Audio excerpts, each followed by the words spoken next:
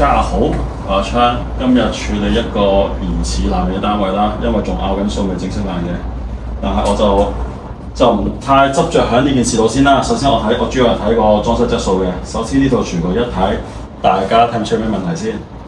首先咧就呢嚿，因為呢度咧個廚房個佈局緊嗰個雪櫃，跟住剩低啲忽，一係煮熟洗衣機，煮洗衣機就得；一係就雪櫃，跟住就煮食爐啦。煮食爐用大概800左右，係啦，跟住擺完個爐啫，個爐到呢度噶啦。跟住呢度佢要擺個洗衣機啦，咁個升盤當用個500左右啦，500已經偏細噶啦，都已經其有一部分放喺呢度嘅，所以咧理論上夠大嘅咧就可以拎呢個做切菜位，但係佢呢度唔夠大咧，佢個切菜位就只有呢度。呢度上邊佢就整個咁嘅爐喺度啦。首先咧佢圖標就標台面去到呢個底之間咧有400mm 嘅，首先呢度已經冇400mm 啦，因為呢度呢個係個平面啦，再加多20mm 嘅石面，係啦，佢係得340mm 嘅啫，就唔見咗6cm 嘅，係啦，即係本身佢應該到呢度㗎啦，都已經偏矮㗎啦，佢其實仲低咗6cm添。正常咧呢種做法，我都成日同啲客講㗎啦。你去到呢個留焗爐位嘅，你留低嘅位咧就留死角位。如果留唔到死角位咧，留啲要用嘅位咧，就起碼都有翻可能500左右，去俾個客有足夠嘅切菜位啦。或者勸個客唔好搞啦，唔好用啦，都得嘅。但係就唔應該你做呢嚿嘢，而你全間屋就淨係得呢一個切菜位咧，就好大問題㗎啦。跟住另外一個就係佢呢個位咧，你哋望去設俾咩用嘅咧？設俾蒸焗爐，唔係，係洗碗碟機嚟嘅。我就同依家個業主溝通過啦，佢係好明確咁同嗰間裝修公司表達過，呢個位係放一個600伏嗰隻西門子洗碗碟機嘅，嗰隻好牙大嘅。老實講，首先咧嗰隻咧呢度深度，你起碼呢個櫃要做650嘅。如果你係裝嗰隻坐地式嗰隻洗碗碟機，佢呢度計到盡都係得600，係啦。如果係咁做咧，你裝完西門子嗰隻咧會突緊咁多出嚟㗎啦。呢個一個問題啦。第二，我睇嗰啲圖紙，我陣間我睇下我點樣 key 翻落去俾大家望一望啦，係非常之簡陋嘅。我靠睇圖紙咧，我都睇唔出佢啲嘢係咩意思嘅啫。呢度佢係要捉呢個就算即係計埋呢兩塊側板啊，先係得600mm，但係你要係出入到嗰個洗碗碟機咧係要有620嘅。嗰間裝修公司有聲稱現場改啦，老實講，大家係呢行都知㗎啦，佢係冇得改嘅，因為左右頂死咗。我陣間拆一拆鏡頭影入邊啦，呢度有個煤氣錶頂住咗。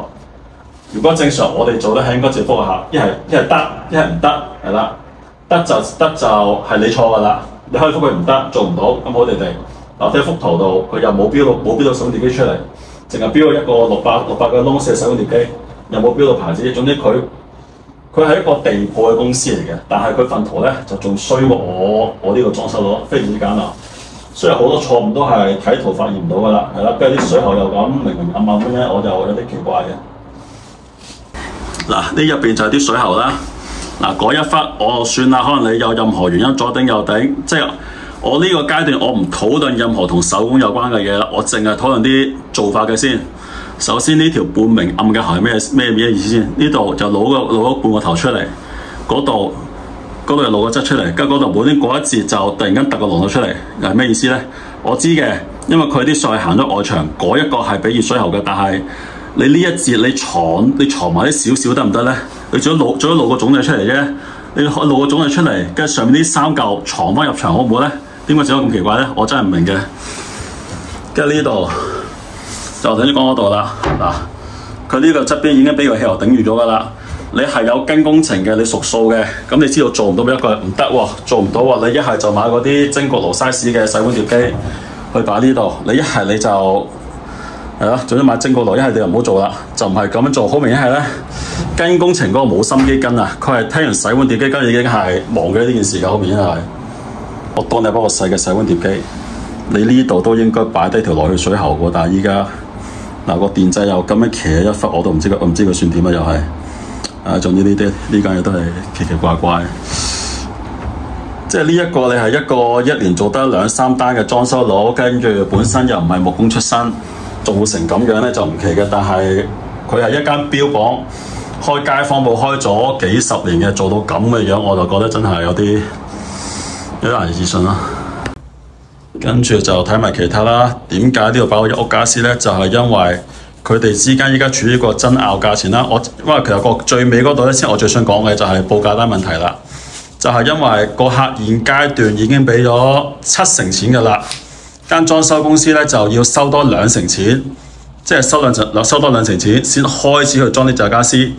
而啲雜傢俬一裝起咗咧，根據報價單嘅條款咧，佢裝起咗，你唔理你收唔收貨咧，你都應該找人俾數㗎啦。你都好神。所以陣間盡量講報價單啲啦。跟住啲電掣問題啦。首先咧呢度呢度啲線鬆鬆地，唔好理佢啦。我唔知點解落孖膠箱嘅，因為呢度根據我大概望一望啲嘢啦，呢度應該係個 two-way 掣嚟㗎嘛。two-way 掣我唔知點解有3隻色喺度㗎啦，係啦，又啡又黑又灰。但係頭先嗰個我望都明係個單相電箱嚟嘅。我唔知點解有3隻色喺度啦，呢個同 Amy 之個單基本上係異曲同工㗎啦。仲有係啦，我問翻個客，佢就話全屋新做嘅，係啦，但係佢就全部都偷夠喉正常嘅，但係佢偷地有得亂咯。跟住呢度又係啦，又係又啡又黑又藍又水，全部都係用翻舊箱啦。你用舊箱唔緊要嘅，但係即係你記得收得全部人重做錢咧，呢個都得翻一個嗰啲加高框落去。感覺上好啲先啦，就唔係咁樣乜都用翻晒啲舊喉舊框嘅。跟住有另一點，個業主覺得好疑惑嘅咧，就係好似呢啲油漆咁樣啦。佢就話：喂，你咁嘅樣，你點交貨俾我啊？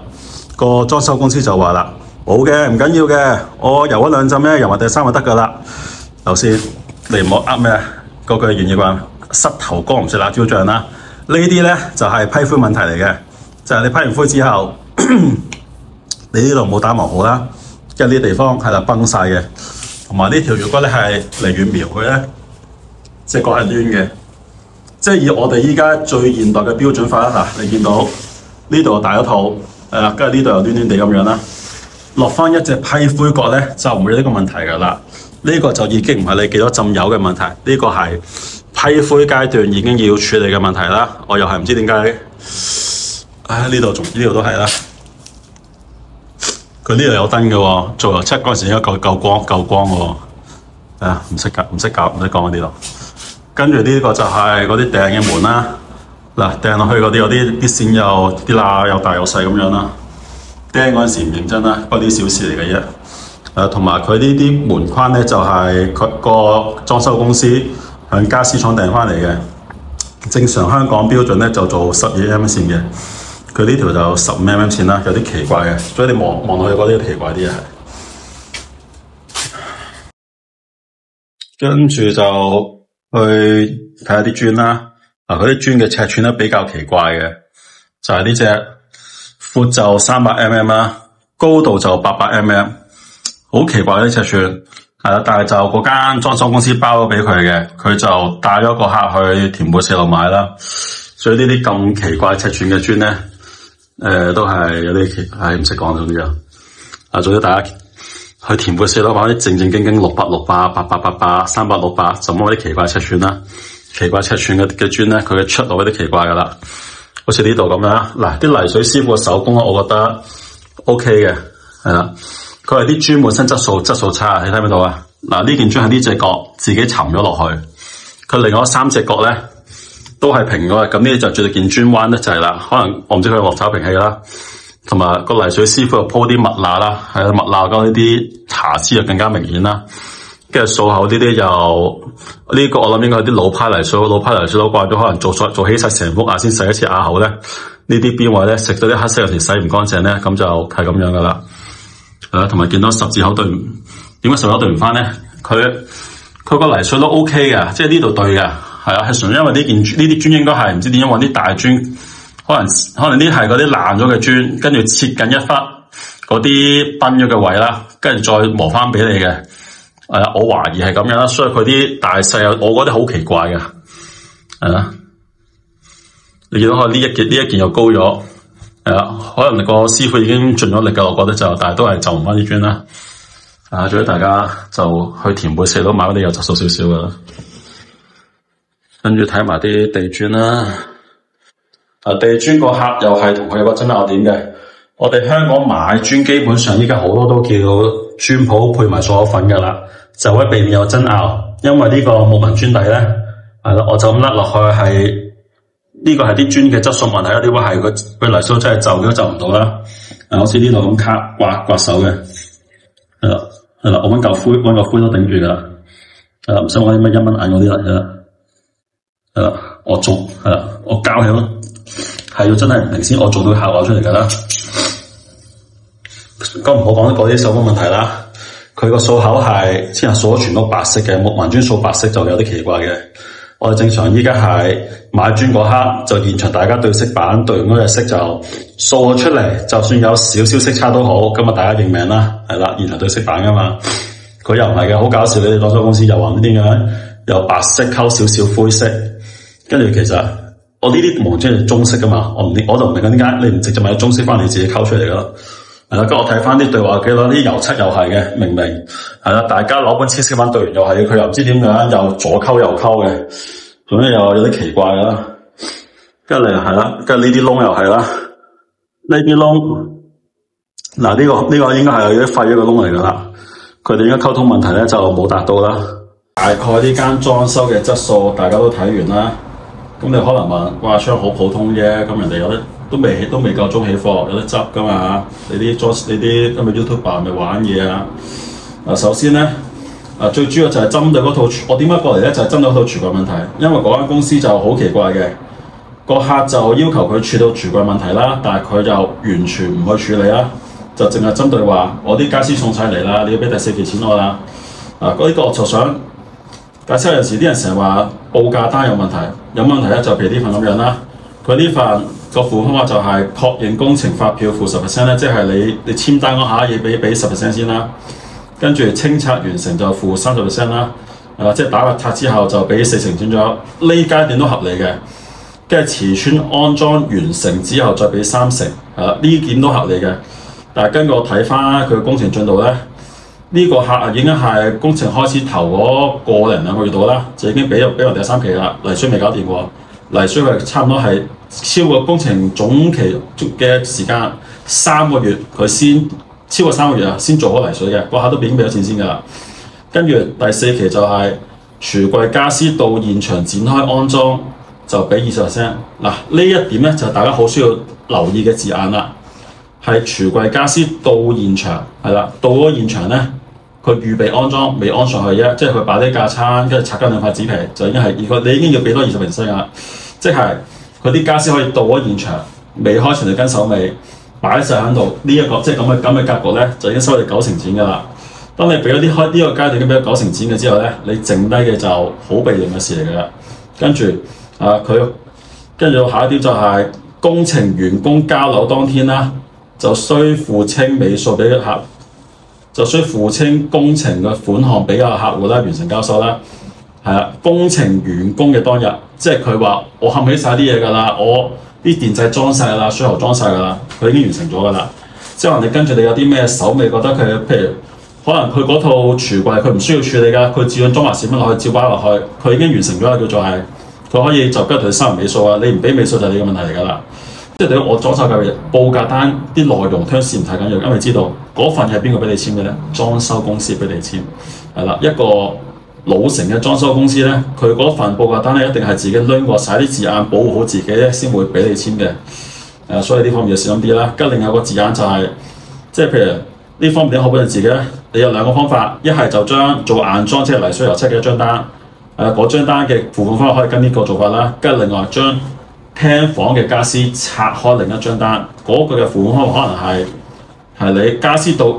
可能開始做傢俬俾30%啦，傢俬到現場再俾3到4成啦，跟住傢俬完成驗收，記住係完成你嘅驗收啊，跟住你先再俾埋尾數，咁樣你先保護到你噶嘛，唔係嘅，安裝完成就要俾尾數啊，或者係你去嚟話你揾嗰啲乜鬼嘢嘟嘅嗰啲全屋定制啦，你傢俬擺低喺現場，佢已經要收晒你成條數，就係剩翻1000幾百蚊尾數，話係尾數嘅啫嚇，但係佢已經收你99點幾%嘅錢噶啦，嗰啲你又是要注意下啦。跟住同埋佢呢啲張單報價單有個問題就係佢有個字眼寫就係咩100個工作天，呢點又係嗰啲古惑位嚟嘅。100個工作天點定義咧？係啦，星期1至5又得，星期1至6又得，係啦，跟住可能打風落雨入唔見幾日又得。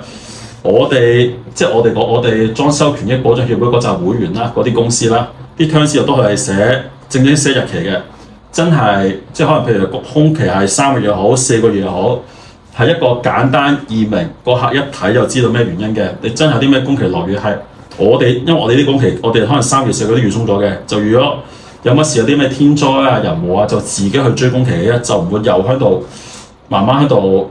一個日期就大家用各種方法去解釋咧，咁又係好容易費事得事嘅。因為特別係嗰啲客係遇到時間好濛水啊，佢哋係搬屋已經約晒人嘅時候，佢自己篤計數機篤100日就篤到10月15啦。點知我預好晒啲嘢放晒10月15號送過嚟嘅時候，你唔係喎，你話根據我哋公司嘅檢驗方法咧，就係10月21先係嘅，係啦。你咁樣嗰紮傢俬運輸又到現場啦，咁你叫下點算咧？有啲傢俬你改親日期又收錢嘅喎，或者係你買完之後你記得一定要提貨，你唔提貨又唔得嘅喎，係啦。總之有好多啲咁嘅問題卡住啦。跟住同埋亦都係，因為呢度係我陀地啦，係啦。大家如果係睇得耐嘅租觀眾，我住兆康苑㗎嘛，係啦。佢呢間公司喺兆康商場嗰度嘅，係啦。咁呢啲咁嘅街坊鋪點解依家越嚟越識你咧？就係街坊鋪佢係依家係因為嗰啲係網上揾生意嘅鋪頭。你可能你揾我或者揾啲其他 YouTuber 講一講都係有效嘅，但係嗰啲街坊鋪佢唔緊要㗎，你哋上網唱咪唱咯。我主要係做樓上樓下生意嘅，睇下嗰啲揾下係嗰啲可能50、60歲嗰啲咩陳師奶、李師奶間屋上之後執嗰啲，我係做嗰紮客生意㗎嘛。嗰紮客如果係嗰類客咧，就算咁嘅交流質素佢哋都 OK 嘅。但係如果係啲後生仔女有少少要求嘅咧，呢啲交流質素嗱鏡頭前面嘅你，我啱啱見咗咁多嘢啦，你哋收咗貨先啊！如果係嗰啲陳師奶、李師奶，總之擺啲有隻似櫃嘅嘢喺度就得啦，有張床瞓到人喺度唔冧就得㗎啦。嗰啲陳師奶、李師奶係 OK 嘅，你揾啲公司就係。但係以現代嗰啲又話要嗰啲咩乜乜風啊、乜乜風啊，又或者係對啲手工比較嚴謹少少啊，就已經係出晒事㗎啦。咁依家就我都唔知點解決啦，因為依家佢嗰間公司又話因為個客對佢已經冇信心啊，佢做錯嗰套櫥櫃，佢又唔解釋，又唔話有乜解決方法，就話現場改。